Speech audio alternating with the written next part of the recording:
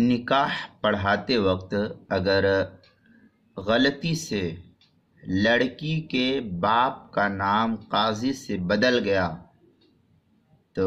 اس سلسلے میں شرعی حکم کیا ہے، اس کی تفصیل اس مسئلے میں دیکھیں۔ چنانچہ مجلس نکاح میں جس جگہ نکاح کی مجلس منعقد کی گئی تھی، مجلس نکاح میں لڑکی حاضر نہ تھی اور وکیل یا قاضی لڑکی کے باپ کے نام میں غلطی کر کے ایجاب کیا۔ مثلا لڑکی سعیدہ تھی یا فاطمہ تھی یا عائشہ تھی، کسی بھی لڑکی کا آپ نام لے لیجئے، اور اس کے باپ کا نام عبد الرحمن تھا، عبداللہ تھا، عبدالستار تھا، یا کچھ بھی نام لے لیجئے، لیکن وکیل یا اسی طریقے سے قاضی جو تھے، قاضی صاحب نے فاطمہ بنت عبد الرحمن کہہ دیا، حالانکہ باپ کا نام عبداللہ تھا، تو فاطمہ بنت عبداللہ کہنا چاہیے، لیکن قاضی نے فاطمہ بنت عبداللہ یا سعیدہ بنت عبد الرحمن کہہ دیا۔ پھر اسی پر شوہر نے قبول بھی کر لیا۔ شوہر نے کہہ دیا کہ میں اس نکاح کو جس کو قاضی صاحب نے پڑھایا ہے، سعیدہ بنت عبد الرحمن یا فاطمہ بنت عبداللہ کا، میں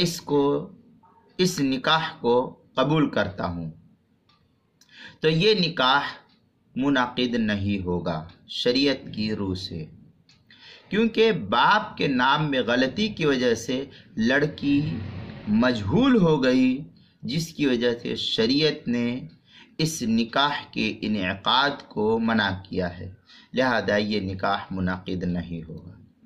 اس مسئلے کی تفصیل اگر دیکھنی ہے تو فتاوی دارالعلوم دیوبند کی 7ویں جلد صفحہ 116 اور فتاوی محمودیہ اس کی 10ویں جلد صفحہ 505 جو ڈھابل کا چھپا ہوا نسخہ ہے اس کے اندر، چنانچہ در مختار وغیرہ کے اندر ہے، غلط وکیلھا فی اسم ابیھا بغیر حضورھا لم یصح للجہالہ۔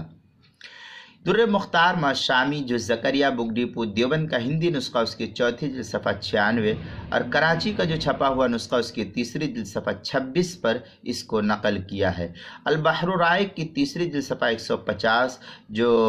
پرانا چھپا ہوا نسخہ سرکی روڈ کوئٹہ بلوچستان کا ہے اس کے اندر، الدر المنتقی علی حامد مجمع الانہر اس کی 1 جلد صفحہ 322 پر جو دارالکتب العلمیہ بیروت کا چھپا ہوا نسخہ ہے اس کے اندر۔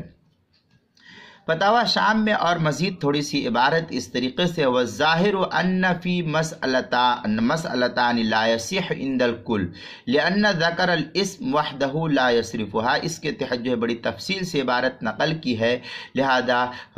لکھتے ہیں فإن فاطمہ بنت احمد لا تصدق علی فاطمہ بنت محمد تأمل، اس طریقے کی عبارت جو ہے نقل کی ہے فتاوی شام وغیرہ کے اندر۔ تو فتاوی شام کا جو نسخہ ہے اس کے اندر دیکھیں، فتاوی شامی جس کو کہتے ہیں اس کی 4 جلد صفحہ 97 جو زکریا بک ڈیپو دیوبند کا ہندی نسخہ ہے اس کے اندر، البحر الرائق اس کی 3 جلد صفحہ 150 جو زکریا بک ڈیپو دیوبند کا ہندی نسخہ ہے، فتاوی قاضی خان جو فتاوی ہند کے حاشیے پر اس کے 1 جلد صفحہ 324 پر بھی اس کو نقل کیا ہے۔ فتاوی محمودیہ جو میرٹھ کا چھپا ہوا مفتی فاروق صاحب کی تحقیق کے ساتھ ہے، اس کے اندر تھوڑی سی وضاحت اور ہے کہ اگر لڑکی بذات خود مجلس نکاح میں موجود ہو، لڑکی بذات خود مجلس نکاح میں موجود ہو اور قاضی اس کی طرف اشارہ کر کے ایجاب کرے، تو اگر اس لڑکی کے نام میں یا اس کے باپ کے نام میں غلطی بھی ہو جائے پھر بھی نکاح منعقد ہو جائے گا۔ مثلا جس لڑکی کا نکاح پڑھایا جا رہا ہے وہ لڑکی سمجھیے کہ سامنے بیٹھی ہوئی ہے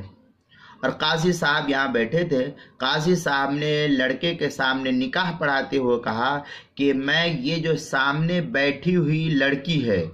اور اس لڑکی کا نام فاطمہ بنت عبدالرحمن ہے، لیکن قاضی صاحب نے فاطمہ بنت عبدالرحمن کہنے کے بجائے فاطمہ بنت عبداللہ کہا، اور قاضی صاحب نے اشارہ کیا کہ یہ جو لڑکی بیٹھی ہوئی ہے اس لڑکی سے میں نکاح کروا رہا ہوں۔ تو یہ جو لڑکی، اشارہ کر کے قاضی نے کہا،